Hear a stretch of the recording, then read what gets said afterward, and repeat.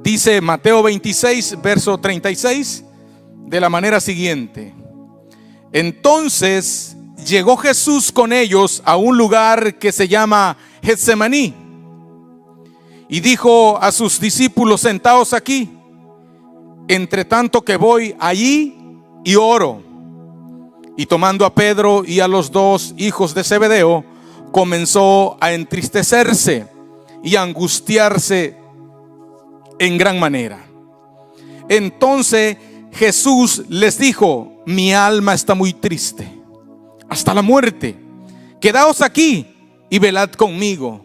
Yendo un poco adelante, se postró sobre su rostro, orando y diciendo: Padre mío, si es posible, pasa de mí esta copa, pero no sea como yo quiero, sino que se haga tu voluntad. También en Marcos 6:46 dice: y después que los hubo despedido, se fue al monte a orar. En Lucas 5:16, mas él se apartaba a lugares desiertos y oraba. En Lucas 6:12 dice: en aquellos días él fue al monte a orar y pasó la noche orando a Dios. Aconteció como 8 días después de estas palabras que tomó a Pedro, a Juan, a Jacobo y subió al monte a orar. También les refirió Jesús una parábola sobre la necesidad de orar siempre y no desmayar. Eso está en Lucas 18:1. Vamos a orar. Padre y buen Dios que estás en gloria, te damos gracias, Señor, por esta oportunidad que nos regalas de poder estar en tu presencia, en tu casa, allí en la casa de culto, Señor. Estamos en tu presencia, Señor. Con temor reverente nos acercamos, Señor, a tu presencia, suplicándote, Señor, que tengas misericordia de nosotros, Señor, que hables a nuestras vidas. Dile, mi hermano, levanta tus manos y dile: Señor, habla mi vida, Señor. Te abro mi mente, te abro mi corazón para que hables a mi vida, que tu verdad eterna llegue a lo más profundo de mi corazón, Señor. Me resisto a seguir siendo el mismo. Anhelo ser transformado, Señor. Revélate cada día más y más a mi vida a través de tu preciosa palabra. Tu palabra es lámpara a nuestros pies y lumbrera a nuestros caminos. En el nombre poderoso de Jesús. Amén y amén. Tenga la bondad de sentarse ahí donde usted está. He titulado este tema: en busca de mi agenda eterna. En busca de mi agenda eterna. Creo que sin lugar a dudas recién estamos terminando un año y estamos comenzando un año. Y todos, de una manera u otra, siempre planeamos, escribimos planes, escribimos metas. En el 2021 hubieron quizás muchas metas que no lograste concluir, no lograste alcanzar. Y viene el 2022 y te proyectas nuevamente para alcanzar las metas. Pero cuando yo pienso en el tema que le he puesto, en busca de mi agenda eterna, quiero decirle algo bien precioso. El día que usted encuentra esa agenda eterna, ese día es cuando usted realmente comienza a vivir para los propósitos de Dios. Es imposible pretender vivir sin encontrar el verdadero propósito de nuestra existencia. Yo creo que lo mejor que podemos hacer nosotros al venir a Jesús, lo mejor que podemos pedir, lo mejor que podemos buscar es la agenda eterna, el propósito específico que Dios tiene para cada uno de nosotros.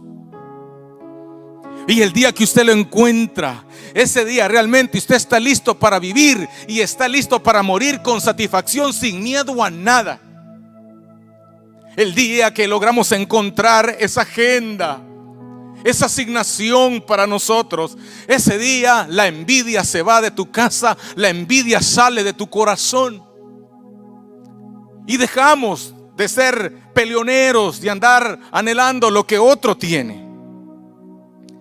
Pero cuando yo leí esta palabra y pensaba en esa escena donde Jesús está en el Getsemaní, se me venía a la mente que también en un huerto, también ahí la humanidad fue destruida, la humanidad fue golpeada, fue sujetada a vanidad. Mire este contraste: en un huerto llamado Edén entró la muerte,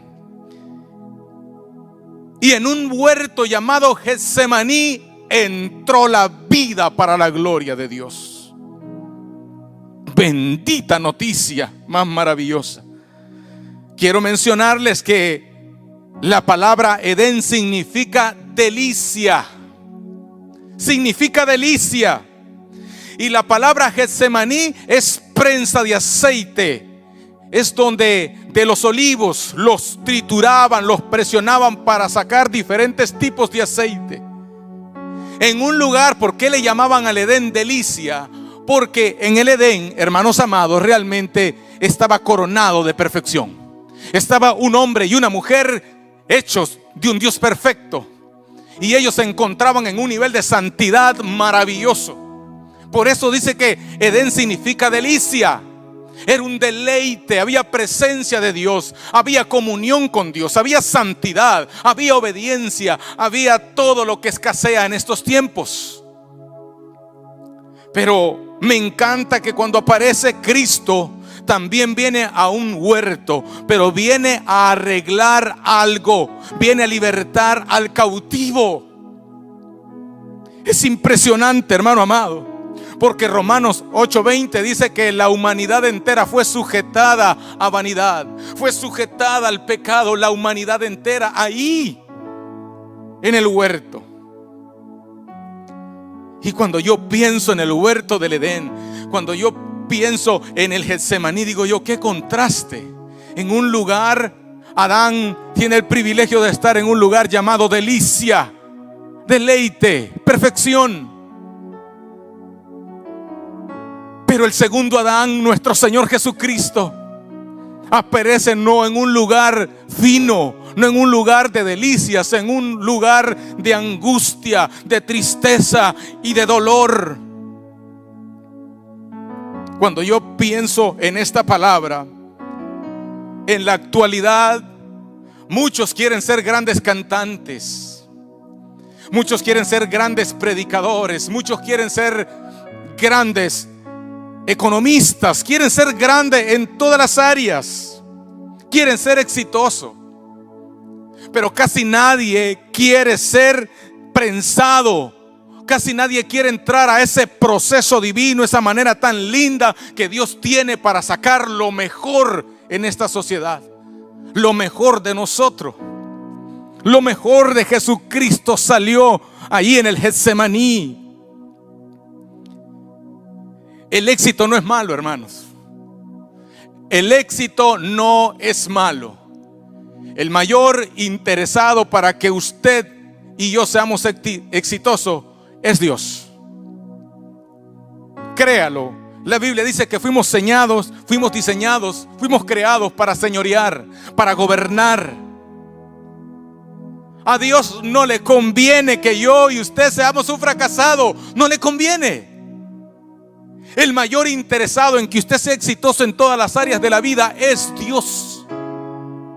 Así como un padre siendo malo anhela ver a sus hijos exitosos, Dios más todavía, hermano, porque le representamos a Él en todas las cosas que hacemos. ¿Sabe cuál es el mayor problema en la actualidad? Es que la mayoría intentamos buscar el éxito con una conciencia cauterizada. Lo buscamos con una perspectiva muy humana, muy egoísta, muy leudada. Y como desde el principio la humanidad fue sujetada a la vanidad de la vida, entonces de una manera vanidosa queremos conseguir el éxito. De una manera vanidosa queremos alcanzar la prosperidad.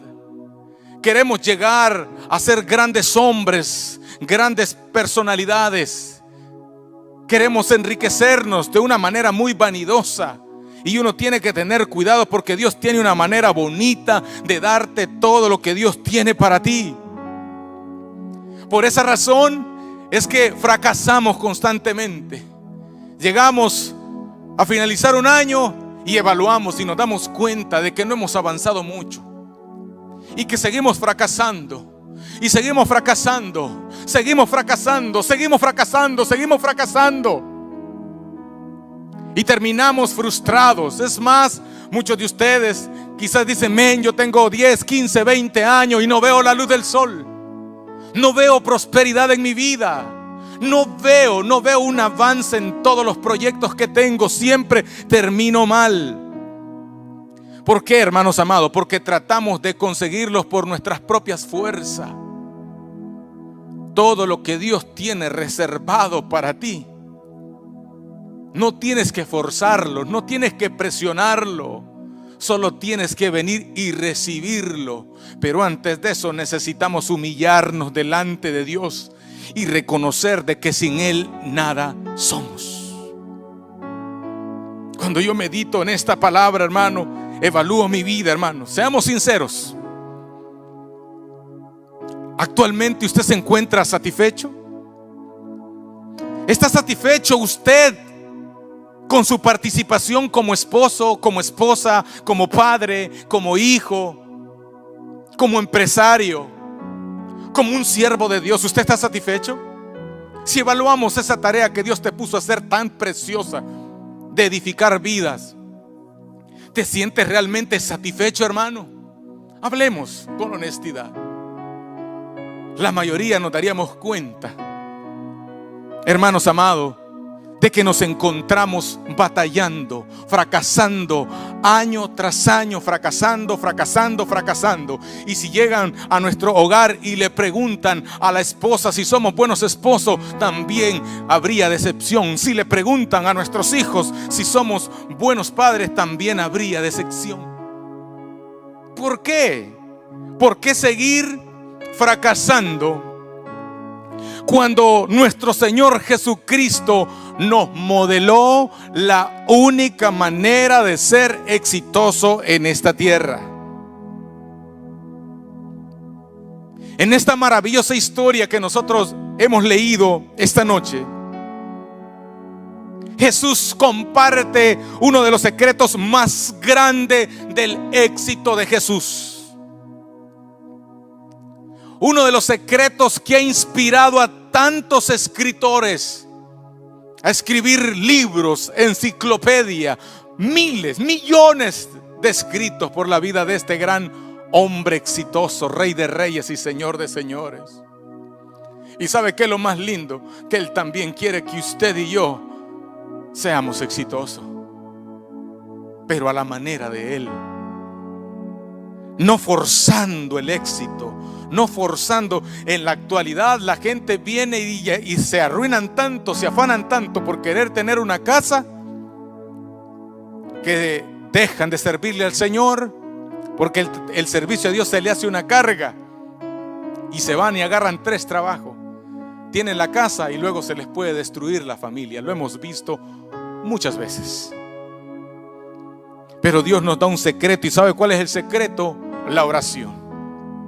Dijo un hombre, un escritor: el secreto de la oración es orar en secreto. Se lo repito una vez más: el secreto de la oración es orar en secreto. El ejercicio más poderoso que nosotros podemos practicar, hermanos, es orar. ¿Sí? ¿Por qué cree que a nosotros nos cuesta orar? Porque hemos conceptualizado de una manera errónea la bendición de una oración. En la actualidad muchos piensan que la oración es repetir. Muchos piensan que la oración es pedir. Algunos ven la oración como un castigo. Y eso, cuando los que la ven la oración como un castigo, eso lo aprendieron en la iglesia tradicional, porque cuando usted iba a confesarse con un sacerdote, para pagar la penitencia, le decía: rece 3 Padre Nuestros y 2 Ave María. Era como un castigo para poderlo absolver de ese pecado cometido. Pero realmente, hermanos amados, la oración no es repetir, la oración no es pedir, hermanos amados. Yo quiero que se les quede bien claro este día, que Dios active en usted una pasión desbordante por orar al Señor, por tener una comunión íntima con Dios. Y yo quiero que escriba esto en letras grandes. Uno de los beneficios más grandes de la oración es la revelación de nuestro propósito. Uno de los beneficios más grandes de la oración es la revelación de nuestro propósito. La oración no fue diseñada para pedir y satisfacer las necesidades. La oración no fue diseñada para pedir de una manera egoísta y satisfacer tus expectativas carnales. La oración tiene como propósito comunión íntima.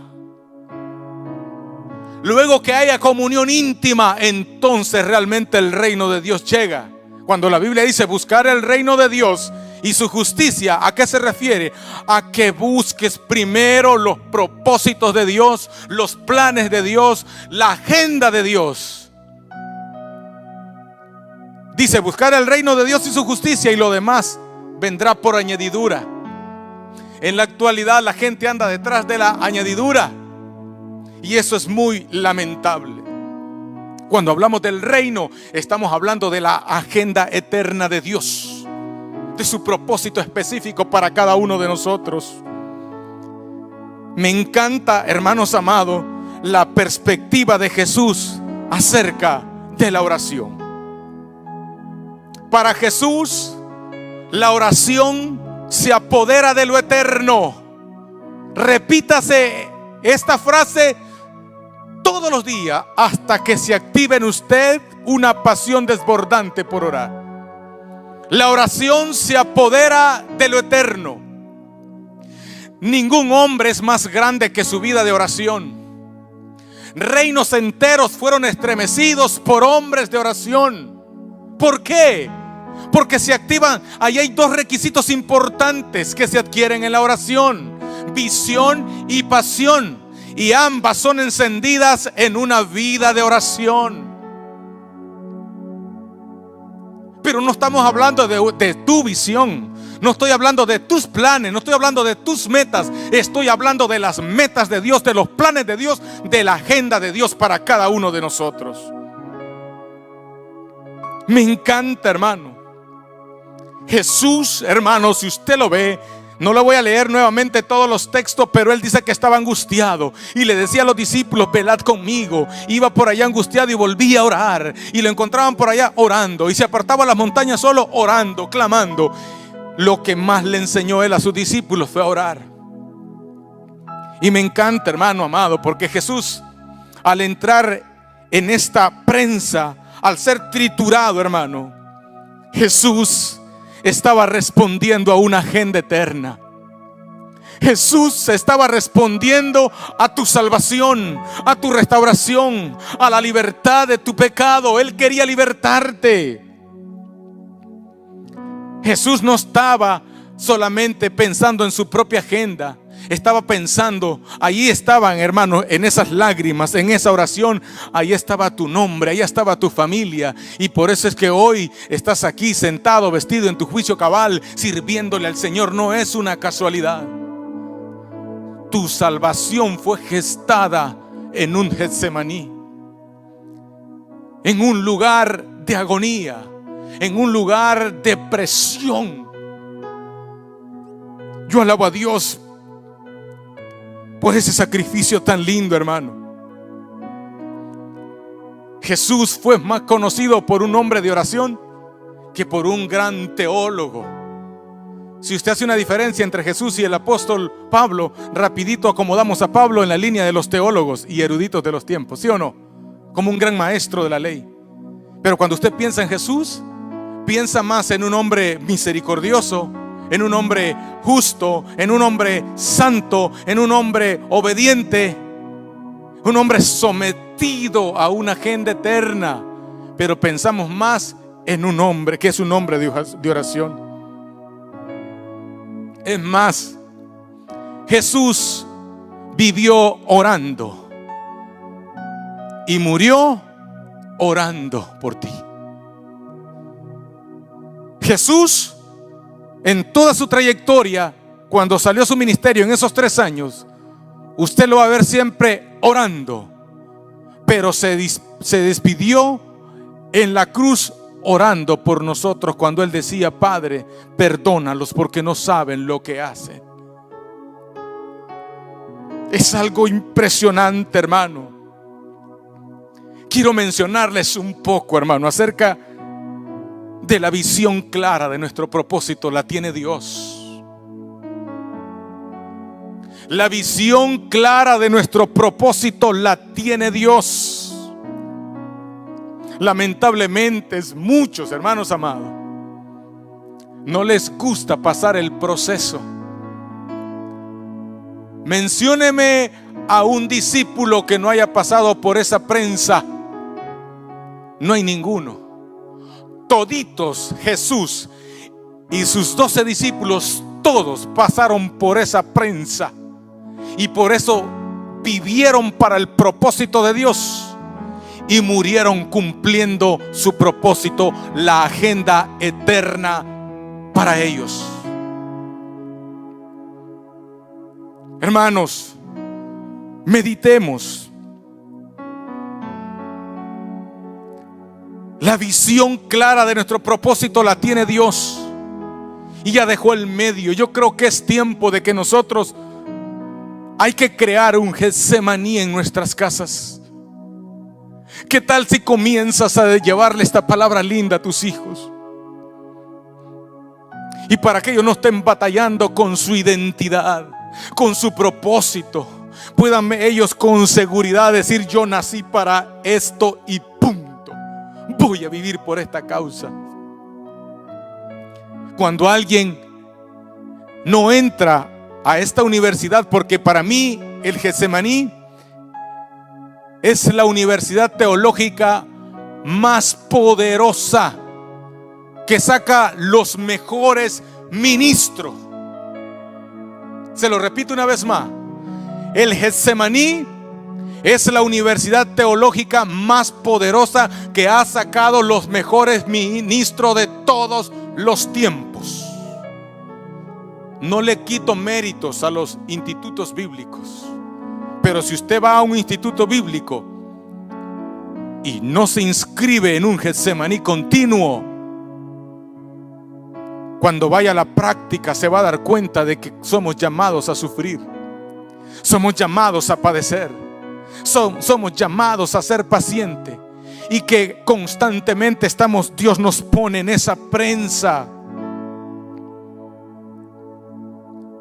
Imagínese, le voy a poner este verso de la Biblia, 2 de Corintios 12, verso 8, dice: respecto a lo cual 3 veces he rogado al Señor que lo quite de mí, y me ha dicho: bástate en mi gracia, porque mi poder se perfecciona en tu debilidad.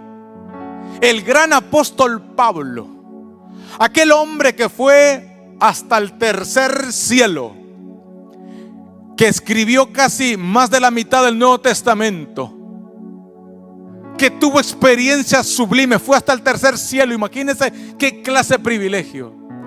En la agenda eterna de Dios no estaba el que él fuera sano, porque Dios adrede le había puesto un aguijón en la carne para que lo abofeteara, para que cumpliera fielmente la agenda eterna de Dios.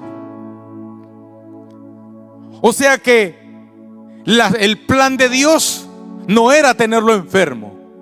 Pablo era bastante orgulloso, y Dios, de una manera sabia, pone un aguijón en su carne para que no se enaltezca, dice la palabra del Señor. Mire qué lindo es Dios, que en la agenda de él, de ese gran hombre, ese gran predicador, ese gran ministro digno de imitar, En la agenda de Dios no estaba sanarlo. ¿Por qué? Porque lo más precioso que Dios quiere sacar de nosotros, hermano, es que seamos útiles para su causa. Ser sano para Pablo no estaba en la agenda bendita de Dios. Y Dios le dijo: bástate en mi gracia, porque mi poder se perfecciona en tu debilidad. Y vivió y coronó su carrera de una manera satisfactoria. Yo te digo algo, hermanos. La oración no es para pedir. La oración es para dar. Acércate a orar para dar. Yo no veo a Jesús pidiendo para su agenda. Veo a Jesús humillado, obedeciendo. La oración es para tener comunión. La oración es para tener la revelación de mi propósito. Hermanos amados, cuántas cosas a veces tú menosprecias las presiones de la vida. Ahora, cuando estás pasando cosas difíciles, porque le has fallado al Señor, porque has cometido una falta, no estoy hablando de eso. Si tú vienes y te sometes a Dios, te santificas, guardas tu vida para el Señor, y viene esa prensa bendita divina de Dios, no la menosprecies. Recíbela con satisfacción, porque Dios trae una revelación grande. Tu mayor ministerio, tu más grande aportación a la humanidad no saldrá de tus fortalezas y éxito. Lo más probable que tu mayor ministerio surja de tu dolor más profundo. Llegó la enfermedad a tu casa y tocó la puerta. No te asustes. Dile bienvenido. Y piensa a cuántas personas vas a bendecir con tu dolor. Perdiste a un ser querido. No te aísles, no te deprimas. Pasa el tiempo de luto, pero mientras vas pasando ese proceso, tienes que ir edificando a alguien más. Busca bendecir a alguien con tu dolor. Si hubo alguien que capitalizó bien su dolor, fue nuestro Señor Jesucristo. Él fue el único que capitalizó bien nuestro dolor. Hermano amado, medite usted. ¿Con qué afán todos nosotros nos gastamos la vida luchando, yendo de un lugar para otros? Y andamos de iglesia en iglesia, de ciudades en ciudades, de trabajo en trabajo, de familia en familia, y nuestra vida no tiene sosiego. Eso no es vida, eso es un infierno en esta tierra. Pero Cristo vino a mostrarnos el camino. Cristo vino, hermanos amados. Él vino a decirnos realmente la única manera de ser exitoso, hermanos, es ser discipulado en un Getsemaní continuo. ¿Qué tal si de nuestras casas comenzamos a hacer de nuestra casa casa de oración? ¿Qué tal si ahorita, al iniciar este año, tienes como meta orar con tu esposa, orar con tus hijos, leer la palabra y decirles a ellos? Me encanta, hermano, cómo Jesús, mire qué precioso. Dice: entonces llegó Jesús con ellos a un lugar llamado Getsemaní y dijo a sus discípulos: sentados aquí, entre tanto que voy ahí y oro. Y tomando a Pedro y a los dos hijos de Zebedeo, comenzó a entristecerse y a angustiarse en gran manera.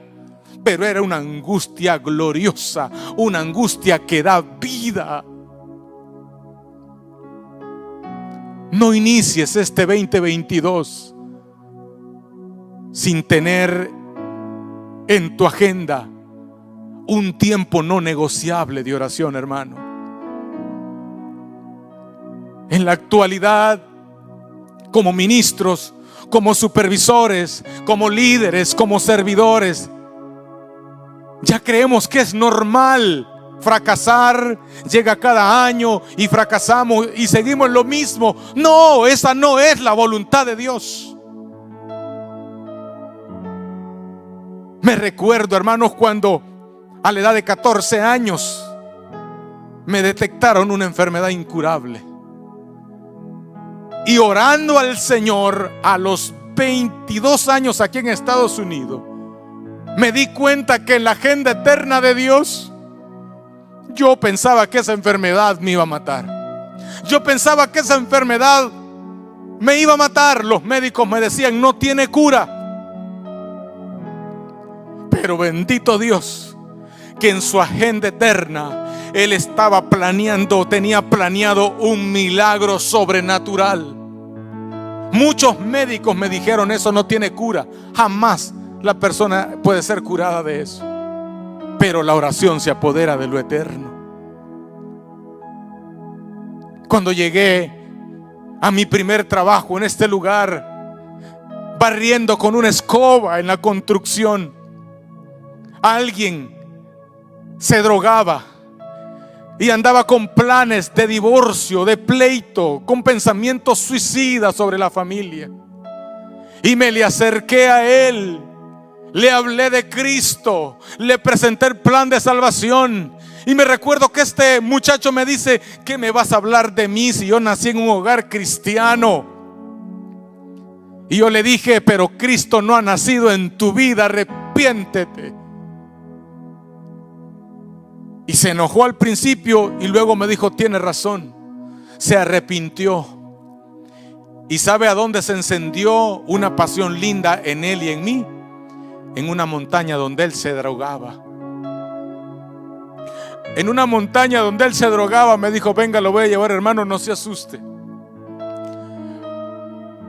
Pero en esa montaña se encendió una pasión desbordante y se activó la agenda eterna para mi vida. Se activó no la visión de un hombre, honramos a nuestros pastores, pero se activó la agenda eterna de Dios, directo al corazón. Hermanos amados, y desde ese día yo no vivo para otra cosa y no oro por otra cosa. Es más, no tengo que pedirle cosas materiales a Dios porque Él sabe de qué tengo necesidad. Yo le digo, dame gracias para llegar a las personas. Señor, dame gracias para salvar a alguien, para restaurar a alguien, para levantar al perdido. Dame gracias. Hermano amado, como ministros necesitamos nosotros crear un Getsemaní en tu carro, en tu casa. Abramos nuestro corazón al Señor, a esta palabra. Jesús nos modela cómo se es exitoso en esta vida. Puedes alcanzar muchas cosas en esta tierra, pero si no logras tener la agenda eterna de Dios para tu vida,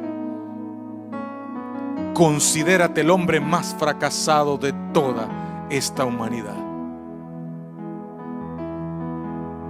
Dios quiere, hermano, revelarse a nosotros. Te hago una pregunta: ¿te encuentras satisfecho? Si no estás satisfecho y quisieras este 2022 comenzar de nuevo, pero a la manera de Dios, comienza reconociéndole en tu corazón. Estás fracasado, estás apartado del Señor y quisieras rendirte al Señor. Hoy puedes recibir a Cristo en tu corazón. Esa insatisfacción que te gobierna, esa aflicción, ese fracaso constante, se puede resolver si recibes a Cristo en tu corazón esta noche. El Señor hoy toca la puerta de tu corazón y llama. Déjale entrar. Déjale entrar. Déjalo que Él te gobierne. Déjalo que Él te señoree. Y si tú estás atravesando situaciones difíciles, disfruta tu proceso. Siempre Dios te va poniendo en una prensa para ir sacando lo mejor de ti. Tu mayor ministerio quizás no saldrá de tus fortalezas y de tus éxitos, pero sí puede salir de tu dolor más profundo, te dice el Señor. Vamos a cerrar nuestros ojos un momento. Yo quiero que medites en esa palabra que hemos recibido. Hay una agenda eterna.